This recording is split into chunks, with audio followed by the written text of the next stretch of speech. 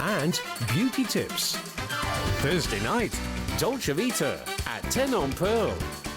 There's oftentimes when Holmes overthinks things. Going to a bare-knuckle boxing ring, it's the only place where he doesn't think. Doctor left. He'll kick the diaphragm. Watson is a ladies' man, a badass. They can't live with each other. Cerebral intrigue, science, suspense, and menace, if you like. Sunday, Sherlock Holmes on Pearl's Weekend Blockbuster. It was 20 years ago.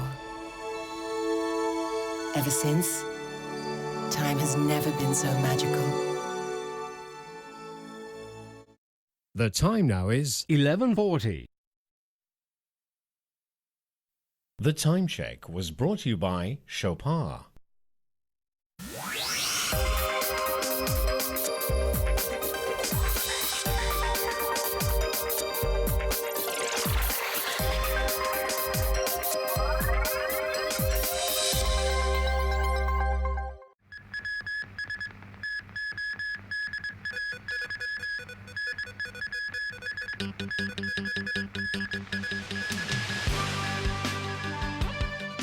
Hong Kong and Philippines reach deal over Manila hostage tragedy.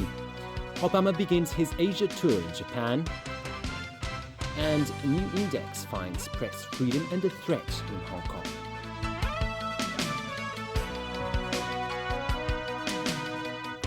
Good evening. Hong Kong and the Philippines have reached a landmark agreement which should help bring closure to the 2010 Manila bus hostage tragedy. Manila expressed its most sorrowful regret and profound sympathy to the survivors and families of the victims. In response, Hong Kong agreed to lift sanctions on the Philippines and lower a black travel alert for the country. It took more than 3 years. The chief executive said it was sincerity on the Philippines side that finally made a resolution possible on the Manila bus hostage crisis.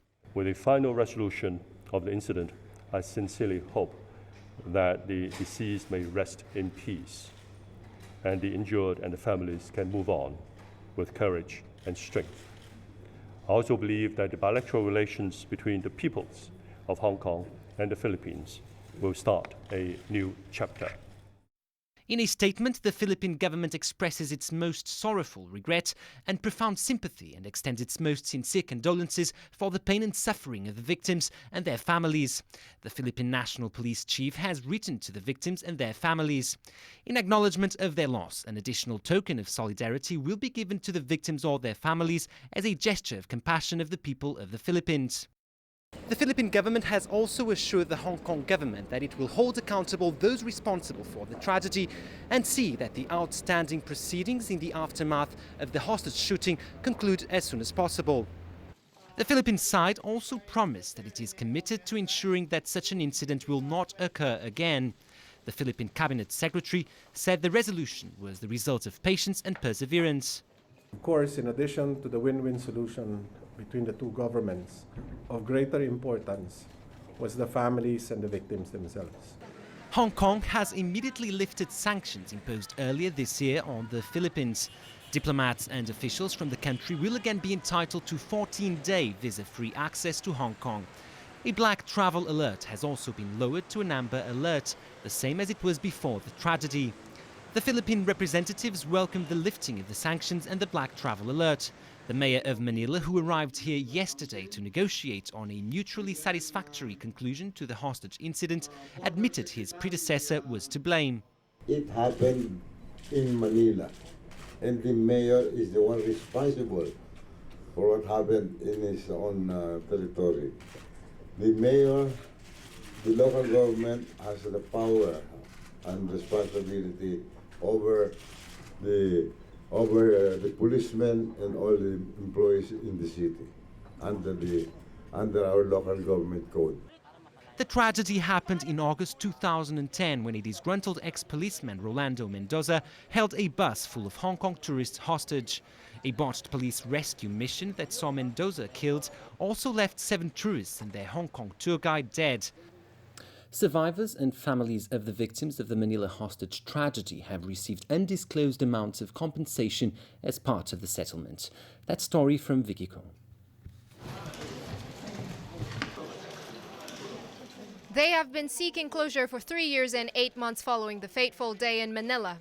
Now closure has finally come. I can only say that we hope that this thing can come to an end and as all we want. Yeah, I can't tell whether I am happy with the result or the wordings. Our choices were to accept or reject the resolution, said the brother of slain tourist guide Masade. Choking back tears, Te Chi Kin said they don't want the innocent to suffer as a result of what they have had to endure. I don't think anyone in Hong Kong believes that Filipino domestic helpers here, for example, should bear any consequences of what happened, he explained. Sorry and words of apology uttered during a meeting with the Philippine Cabinet Secretary and Manila Mayor Joseph Estrada appeared to have helped the families come to terms with the situation. The families received different amounts of compensation, the sum of which will remain confidential. Legislator James To, who has been helping the families, explained that part of the problem stemmed from the fact that some of the clauses in the resolution were simply lost in translation. They had to look up a dictionary to make sure the wording used implies the depth of sorrow and regret that the families had been looking for. They also reminded the Philippine government that reaching a consensus with the affected families behind closed doors is not enough. He said the Philippines will also have to offer the media and the public an acceptable statement. Vicky Kung, TVB News. Overseas now, US President Barack Obama is on a high-profile visit to Asia aimed at reaffirming Washington's commitment to the region. And as Tony Sabine explains, it's also seen as an attempt to counter China's growing influence. Barack Obama arrived in Japan this afternoon to begin his four-nation Asian trip. He's the first US president to make a state visit to Japan since Bill Clinton in 1996. Obama will also be visiting Malaysia, South Korea and the Philippines. One country not on his itinerary, China. There is also going to be partially a reflection of the American objective to reassure countries that America is here to stay and that America is going to keep a strong interest in dealing with China together with those countries.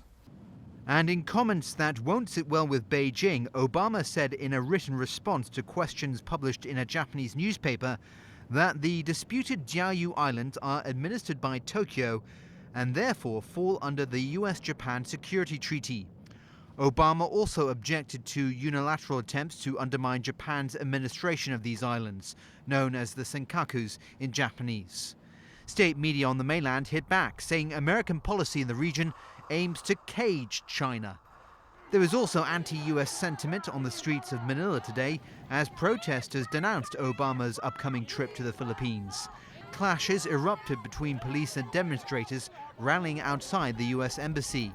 Protesters spoke out against what they see as growing American military presence in the Philippines as the two countries try to finalize a new security agreement. Well, Obama's visit will only bring greater problems for the people. It will only bring war, it will only bring plunder, it will bring more intervention by a foreign power, and we do not want that. We stand for a sovereign Philippines, we stand for a peaceful Asia, we stand for regional peace and stability. Tony Sabine, TVB News.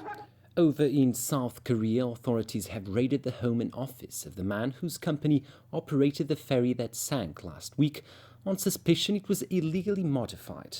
The number of people confirmed dead has now reached 150. Sonia Artero reports.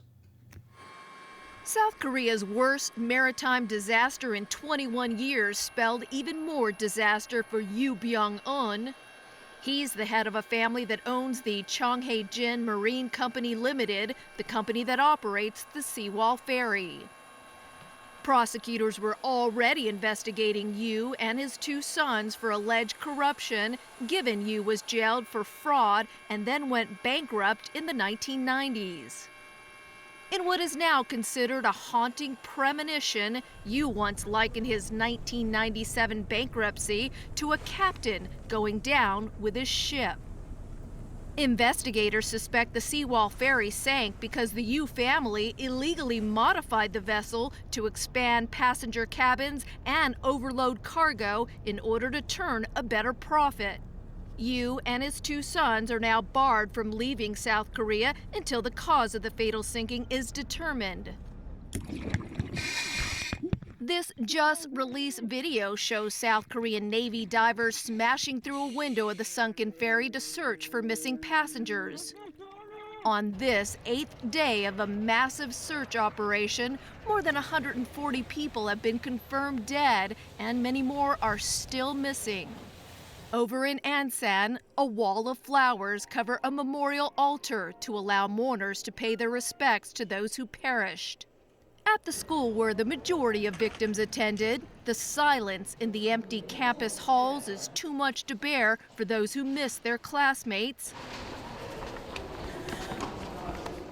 With more than 3/4 of the 323 Danwon High School students now dead or missing, grief counseling is the only solace for the few students who remain. Sonia Artero, TVB News. Searchers hunting for the missing Malaysia Airlines plane are now examining an unidentified material that washed ashore in southwestern Australia. Authorities would not elaborate on what the material is, but the Australian Transport Safety Bureau is examining the finding to determine whether it is relevant to the vanished jetliner. Australian Prime Minister Tony Abbott vowed today that with or without wreckage, the search will continue.